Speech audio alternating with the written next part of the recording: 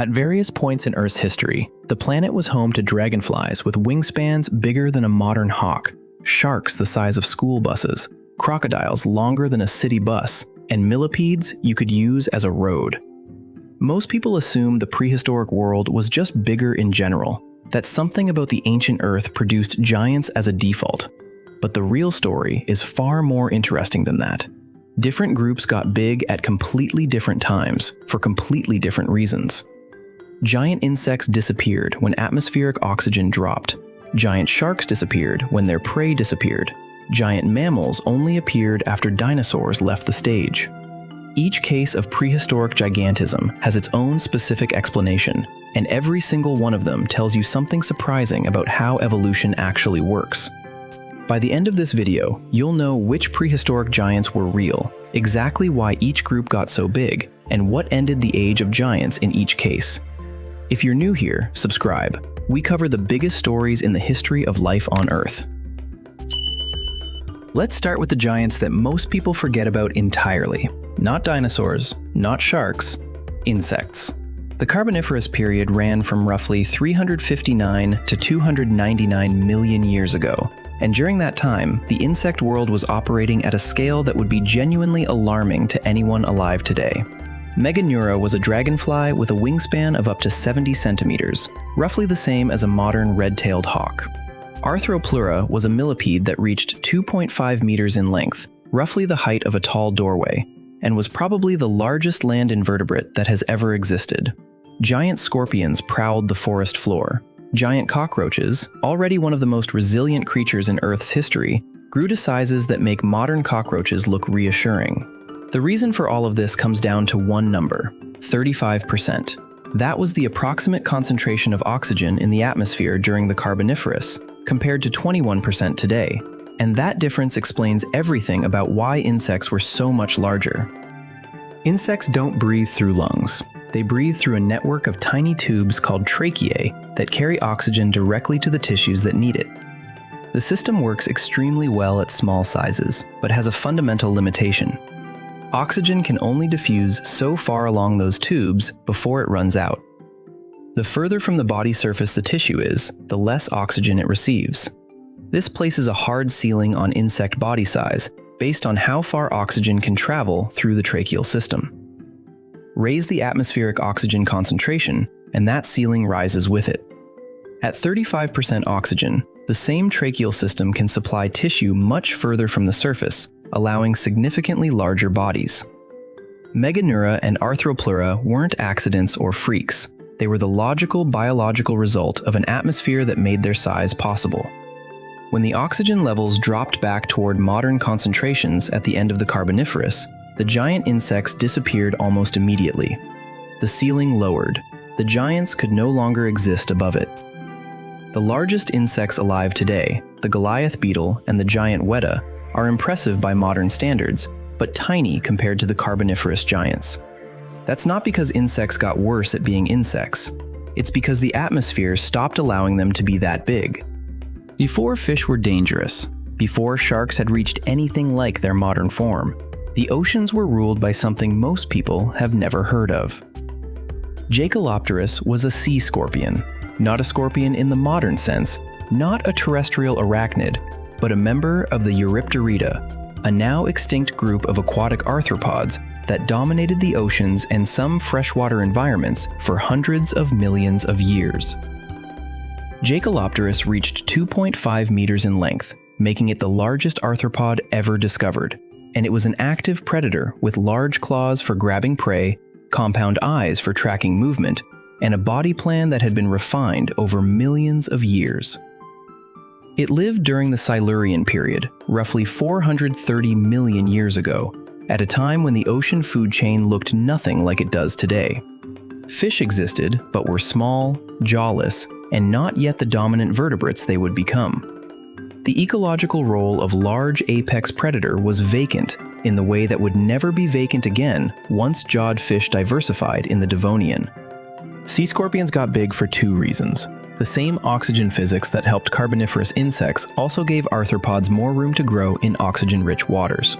And the absence of serious competition at the top of the food chain meant size was simply the most effective available weapon. An animal that grows larger than everything else in its ecosystem faces fewer predators and can take more prey. Without competition from jawed fish or marine vertebrates of any significance, nothing was pushing back against that trend. What ended them was the rise of jawed fish. When fish developed jaws and began diversifying rapidly during the Devonian, they brought something sea scorpions couldn't match: speed. Maneuverability in open water. The ability to pursue prey in 3 dimensions with a precision that claws and segmented bodies struggle to match. The giants of the Silurian Ocean were outcompeted by a new body plan better suited to the arms race that was developing. By the end of the Devonian, the sea scorpions were gone. The Devonian Ocean that replaced them, sometimes called the Age of Fishes, produced its own giant. And this one had a bite that puts T-Rex to shame. Dunkleosteus terrelli was an armored fish, not armored in the light, scale-based way most fish protect themselves, but covered from head to mid-body in thick, interlocking plates of solid bone. It reached lengths of 8 to 9 meters, roughly the size of a large great white shark, and it had no teeth whatsoever. What it had instead was stranger and more effective than teeth. The bone plates forming the skull and lower jaw were shaped and sharpened into self-sharpening blades. As the edges wore down through use, the geometry of the bone exposed fresh, sharp material, a bite that never went dull. Estimates for the bite force of Dunkleosteus, based on jaw muscle reconstruction and skull geometry, run to over 6,000 newtons, which is comparable to modern large crocodilians, and significantly stronger than any living shark. The Devonian Ocean was an arms race. Everything was getting bigger and better armored simultaneously. Dunkleosteus was the endpoint of one particular trajectory in that arms race, the largest and most heavily armored predator in an ocean where everyone was competing to out-evolve everyone else. Size and armor were the winning strategy of the moment. What ended Dunkleosteus was the late Devonian extinction, one of the most severe extinction events in Earth's history, wiping out approximately 75% of all species. The entire placoderm group, the armored fish that Dunkleosteus belonged to, disappeared entirely. Whatever arms race had been driving the evolution of giants in the Devonian Ocean was reset completely, and when the ocean recovered, it was sharks and ray-finned fish, not armored giants, that came to dominate it. Now we get to the era most people picture when they think of prehistoric giants, the age of dinosaurs. But before we get into why they got so big, let's actually establish how big they got, because the numbers are extraordinary, even by prehistoric standards. T-Rex, 12 to 13 meters long, 8 to 9 tons, a bite force of over 35,000 newtons, the strongest bite force of any known land animal in Earth's history. Teeth not designed for slicing, but for crushing bone, thick and rounded, and built to generate compressive force rather than cutting force. Forward-facing eyes, giving it depth perception for precise targeting. An olfactory system so developed, it could likely detect prey or a carcass from kilometers away. The most complete and effective apex predator that has ever existed on land, by almost any measure you care to use. But T-Rex wasn't even the longest predatory dinosaur. Gigantosaurus in South America reached lengths of 12 to 13 meters, and shared its ecosystem with titanosaur sauropods that dwarfed anything T-Rex ever hunted. Carcharodontosaurus in North Africa was a similar size and lived alongside Spinosaurus, itself the longest predatory dinosaur ever discovered at 14 to 15 meters, though Spinosaurus appears to have been primarily an aquatic hunter rather than a land predator in the traditional sense. On the herbivore side, the numbers become almost surreal. Brachiosaurus, at 50 to 60 tons, standing taller than a 4-story building at the shoulder. Argentinosaurus, possibly reaching 70 tons, the weight of a fully loaded passenger jet.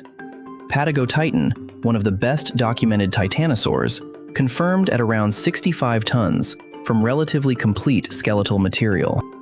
And then the specialists. Ankylosaurus, a living tank covered in thick bony armor with a tail club that biomechanical analysis suggests was capable of breaking the leg bones of a large tyrannosaur.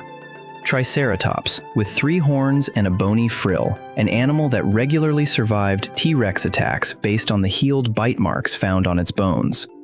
The full picture of the dinosaur world is not one giant animal, it's an entire ecosystem of giants, every ecological role filled by something operating at a scale nothing alive today approaches. So why did they get so big? The answer, as covered in detail in an earlier video on this channel, comes down to 4 biological tools that dinosaurs had and modern land animals simply don't. First, hollow, pneumatized bones. The skeleton of a large dinosaur weighed a fraction of what a solid-boned skeleton the same size would weigh. In some sauropod vertebrae, actual solid bone made up less than 10% of the total volume. The rest was air. This is the same system seen in modern birds, their direct descendants, and it meant dinosaurs could grow to enormous sizes without the skeleton itself becoming prohibitively heavy. Second, a flow-through respiratory system. Rather than breathing in and out the same air the way mammals do, dinosaurs moved air through the lungs in one continuous direction, always receiving fresh oxygen rather than a mixture of fresh and stale.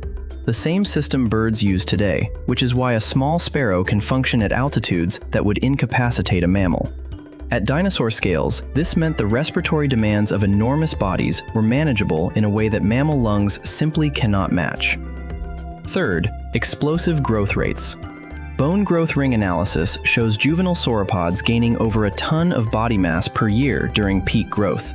The vulnerable window, the period when a young animal is small enough for predators to threaten it seriously, closed within a few years rather than the decade or more required for a large mammal. Fourth, the prey drove the predators.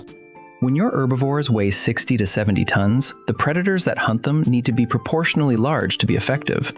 T-Rex and Giganotosaurus didn't get big independently of the ecosystem around them. They got big because the prey they were hunting got big first. And predator size tracks prey size across evolutionary history consistently. These 4 tools, combined with 165 million years of uninterrupted dominance and a warm, productive Mesozoic climate, produced the most extraordinary diversity of large land animals the planet has ever seen. And when the asteroid ended it, those specific biological tools went with the non-bird dinosaurs. Nothing since has rediscovered the same combination. While dinosaurs ruled the land, the oceans had their own giants. As covered in the previous video on this channel, the Cretaceous seas were home to Mosasaurus at 17 meters, Kronosaurus with a skull 2.7 meters long, and Elasmosaurus with 72 neck vertebrae. The warm, shallow, enormously productive inland seas of the Cretaceous were an ocean built for giants, and the giants that filled it were operating at a scale nothing in the modern ocean approaches. Every one of them went extinct with the asteroid 66 million years ago. The ocean has never quite recovered the same scale of giant marine predator since. The ocean wasn't the only place reptiles went giant. On land and in rivers, reptiles produced some of the most extraordinary size records in the history of life. And some of the most dramatic examples came not during the age of dinosaurs, but after it. First, the prehistoric crocodile that makes modern crocodilians look like garden lizards. Sarcosuchus imperator lived roughly 112 million years ago in what is now North Africa and South America, and it reached around 12 meters in length and an estimated 8 tons in weight. That's longer than a city bus and heavier than a large African elephant. It had a long, broad snout with slightly enlarged tip that may have housed a pressure-sensitive organ for detecting movement in the water, similar to structures seen in modern gharials. Its osteoderms, the bony armor plates embedded in its skin, were so large and thick that when the first fossils were discovered, some researchers initially mistook them for dinosaur bones. Sarcosuchus was not just bigger than modern crocodilians, it was operating in a completely different size category.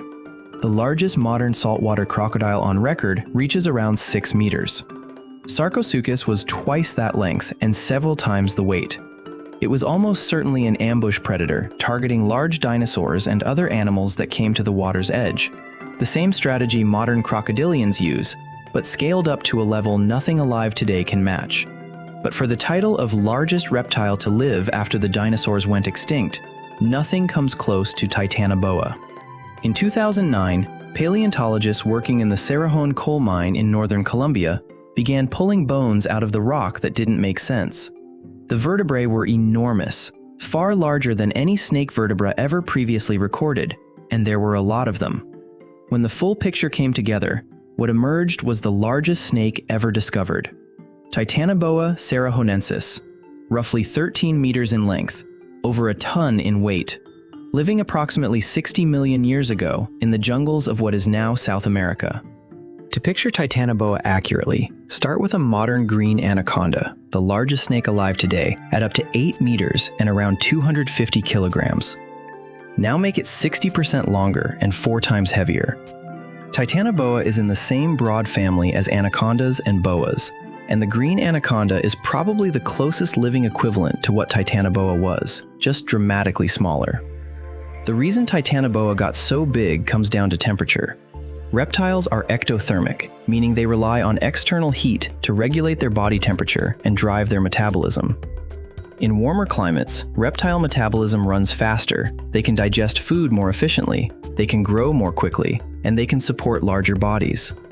The world 60 million years ago was significantly warmer than today, with tropical regions running several degrees hotter than modern equivalents.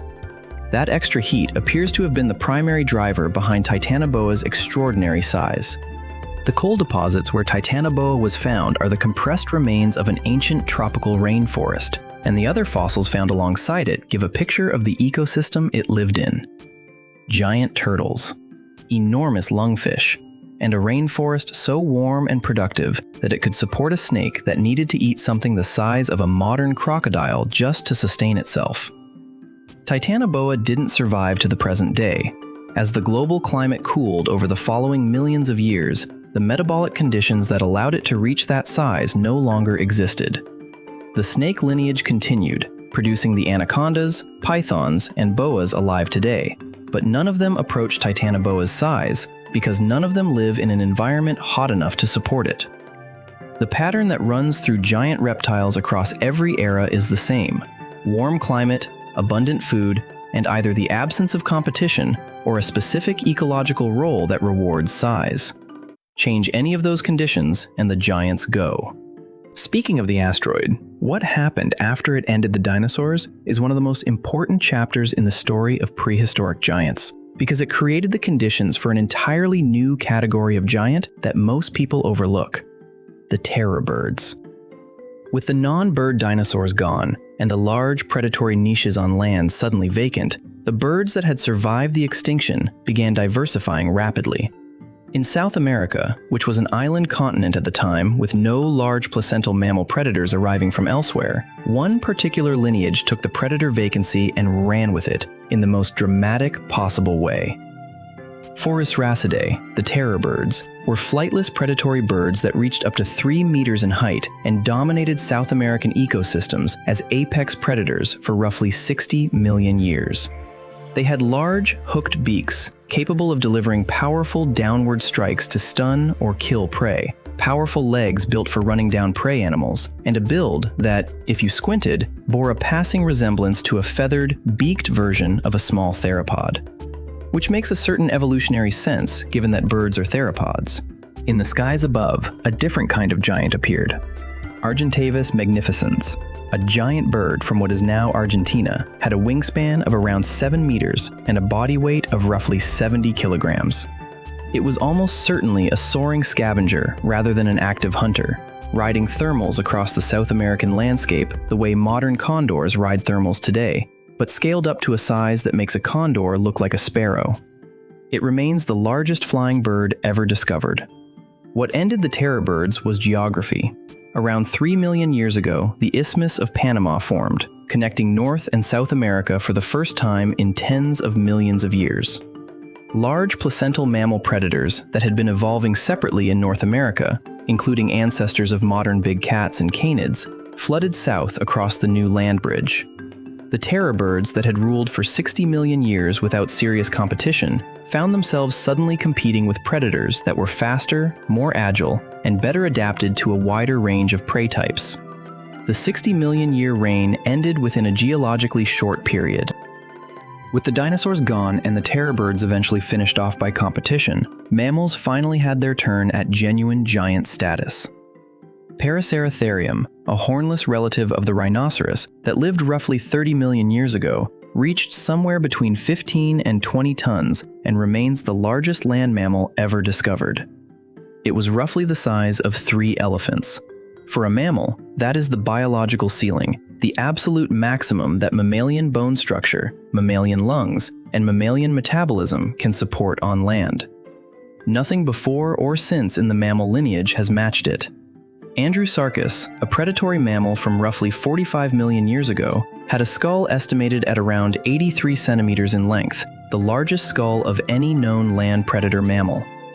No complete skeleton has ever been found, making precise size estimates difficult, but based on the skull alone, it was clearly operating at a scale that no modern land predator comes close to.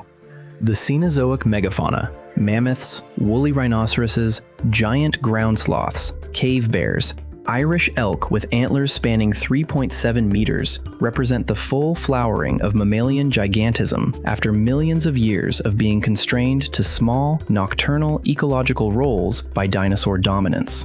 Once the constraint was removed, mammals diversified explosively into every available size range within a geologically short period. What ended most of them was a combination of 2 factors arriving in close succession. Climate cooling during the ice ages reduced the productive vegetation that large herbivores depended on, stressing populations that were already under pressure. And then humans arrived. The correlation between human arrival and megafauna extinction is one of the most consistent patterns in the entire fossil record. In Australia, large mammals disappeared within a few thousand years of human arrival, around 50,000 years ago. In North America, the extinction of the mammoth, the mastodon, the giant ground sloth, and dozens of other large species coincides almost exactly with human expansion across the continent around 13,000 years ago. In New Zealand, the giant moa, a flightless bird reaching 3.6 meters in height, went extinct within 200 years of Polynesian settlement. The pattern repeats on every continent and every large island. Humans arrive. Giants disappear. Whether hunting alone was sufficient or whether climate stress was a necessary contributing factor is still debated. But the timing is too consistent across too many separate events to be coincidental. Here's what the full picture actually tells us. The popular idea that everything was bigger in prehistoric times is both true and misleading. Yes, some groups reached sizes that nothing alive today matches, but they did so at completely different points in history, driven by completely different forces. High oxygen allowed giant insects. Absent competition allowed giant sea scorpions. An arms race in a productive ocean allowed Dunkleosteus. A specific biological toolkit plus 165 million years of dominance allowed dinosaur giants. Warm, productive shallow seas allowed giant marine reptiles. Ecological vacancy allowed terror birds. And the removal of dinosaur competition finally allowed mammals to explore the full range of sizes their biology permitted. Each era of giants required specific conditions, and when those conditions changed, the giants went.